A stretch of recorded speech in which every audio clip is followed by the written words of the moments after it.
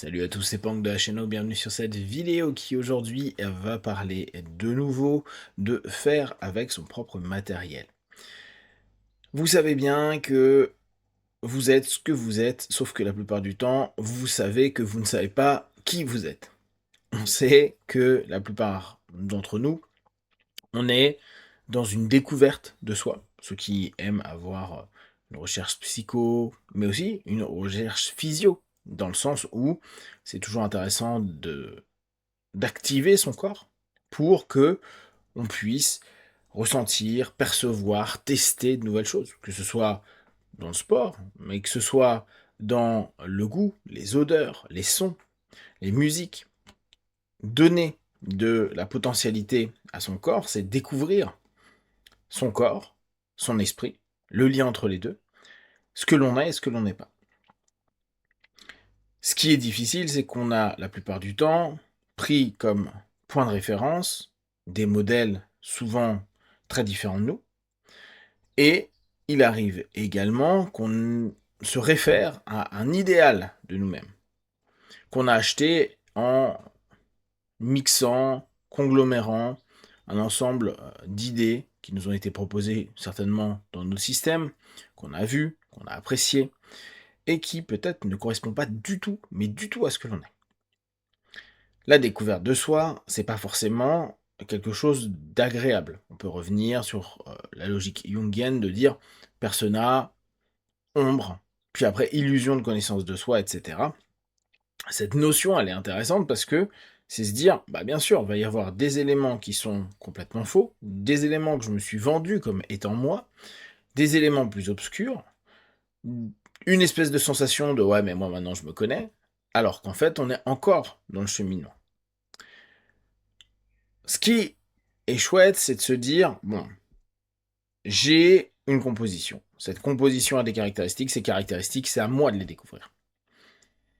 Et là, on est dans du très concret. Découvrez vos caractéristiques. Physiques, psychiques, émotionnelles, intellectuelles, spirituelles, etc.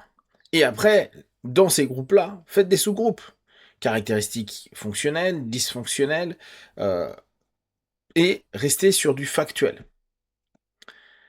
Pourquoi? Parce que on peut avoir facilement l'envie de s'écrire un récit autour de ce que l'on pense être. Alors que si on reste sur des faits, bon bah là-dessus, je suis nul, là-dessus, j'ai vraiment une difficulté, là-dessus, je suis plutôt bon, et on n'est pas en train de dire comparé à, c'est juste dans les faits, quand vous faites telle ou telle activité, quand vous pensez sur telle ou telle chose, quand vous êtes dans différentes circonstances, la majeure partie du temps, c'est bon ça c'est pas bon, ça c'est jamais bon. Et puis, vous allez au fur et à mesure pouvoir noter ces différentes caractéristiques. Pour ceux qui suivent un petit peu mes vidéos, mes écrits, vous savez que je suis un praticien qui pense qu'on ne change pas. Je pense juste qu'on utilise nos compositions de façon différente. L'analogie que je vous fais classiquement, on a toujours en stock les mêmes ingrédients, juste on les cuisine différemment. Donc pour moi, c'est pas un changement, c'est juste une réorganisation.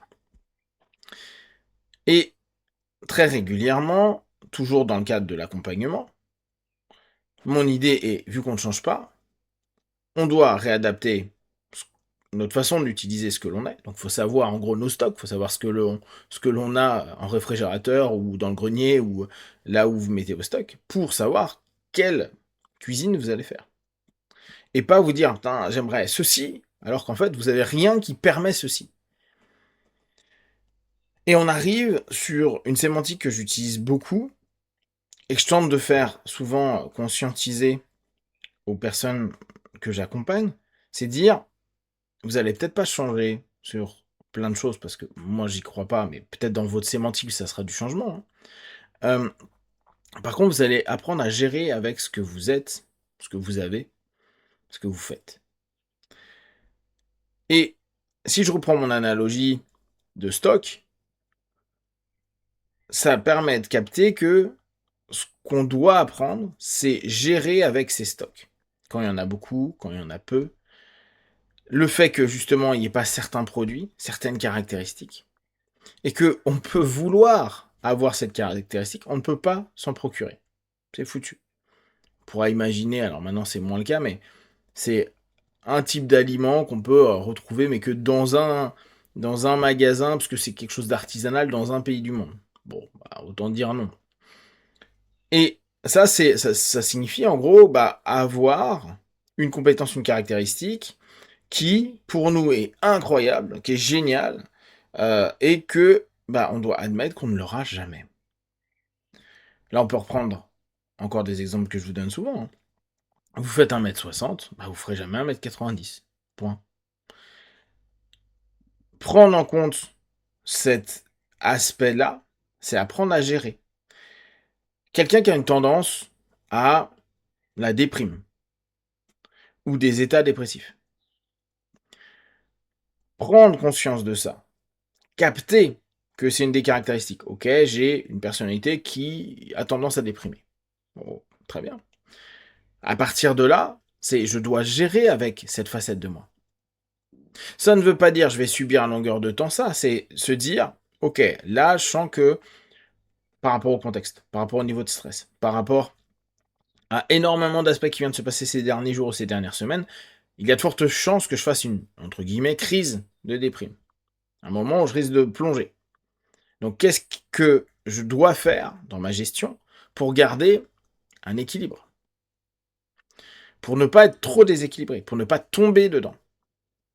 En gros, on pourrait se dire, la déprime est une alerte rouge, et il faudrait que je maintienne mon alerte en orange, en jaune ou en vert. En vert, ça sera très peu le cas, parce que vu que ça fait partie de nos caractéristiques, on sait que d'entrée, on est sensible à ça, et on est limite en jaune toujours. Donc le mieux de notre gestion, c'est ne jamais tomber dans le rouge, et oui, tu seras toujours avec une sensation de « ah, je peux facilement me déprimer » ou « ça me déprime rapidement ». Et ça fait partie de ton caractère, de ton élément fondamental de toi. Et bien sûr, la thérapie, l'hypnothérapie, etc., ça permet à mieux gérer. À mieux gérer comportementalement, cognitivement, si on reprend la notion de TCC, et de faire avec et de se dire waouh, là, il faut que je cesse ces activités, ces personnes, ces choses-là, parce que le niveau de stress ou là où ça m'emmène, je vais exagérer le mot, mais ça amène à ma décompensation de déprime, j'ai pas envie d'y aller. Et c'est ça à gérer, c'est de se dire, là, il y a des choses que je vais devoir arrêter de faire. Pendant 48 heures, 72 heures, il y a des choses que je vais éviter de m'engager dans. Il y a des choses que j'apprends, parce que c'est aussi ça, la gestion de soi-même, que je peux faire pour diminuer le fait que ça aille sur l'alerte rouge. Donc que je maintienne l'alerte orange, qui va pas être agréable, qui va pas être cool, mais qui va me permettre, moi, au quotidien, de me dire ok, je dérape pas, je suis en train de maintenir, j'ai maintenu l'alerte orange, je passe pas au rouge, donc je passe pas dans ma phase grosse déprime, et mon job maintenant, c'est de repasser en jaune, qui est au bout du compte la normalité, vu que le vert n'est pas quelque chose qui correspond. Cet apprentissage de la gestion, elle demande quelque chose auquel vous savez que je mets beaucoup de force dessus, de conviction, des efforts. Mais des efforts qui ont un truc un peu ennuyant, qui sont des efforts constants. Parce que vos caractères, vos caractéristiques, votre façon de fonctionner,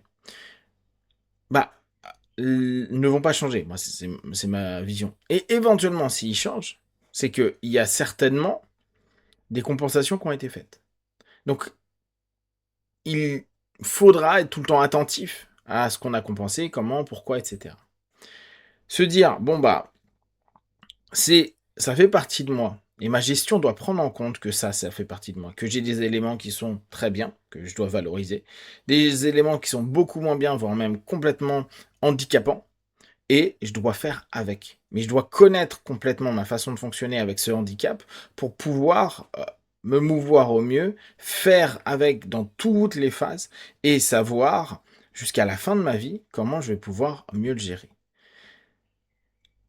Je pourrais vous dire, c'est comme cet ancien alcoolique qui a arrêté de boire, sa gestion à lui, c'est toute sa vie s'empêcher de prendre un verre ou un élément alcoolisé. Et ça durera jusqu'à ce qu'il meure. Et bah, pour nous, c'est la même chose. À partir du moment où on connaît nos caractéristiques, à partir du moment où on connaît nos sensibilités, nos faiblesses, les éléments qui sont non OK et qui font partie de nous, on peut imaginer la pensée magique. On peut se dire: «Ah ouais, mais en faisant ça, tout va changer, Greg, il a fait ça et ça a marché». Super. Déjà, tu n'es pas cette personne-là et autre chose, tu sais pas ce qu'il a fait. Tu sais pas la compensation qu'il va avoir maintenant, dans 1 an, dans 10 ans. Faisons à ce que l'on est, développons au maximum la connaissance de nous et l'utilisation, la gestion de nos stocks, de nos caractéristiques, de nos plus, de nos moins, pour vivre une vie qui nous correspond et qui n'est pas l'illusion d'une vie qu'on aimerait avoir mais qu'on n'aura jamais. Si vous avez des questions et des remarques, n'hésitez pas. Comme d'habitude, de tout ce que je propose, ne prenez que ce qui est bon et juste pour vous. Testez, observez, analysez et concluez. Be one. Ciao.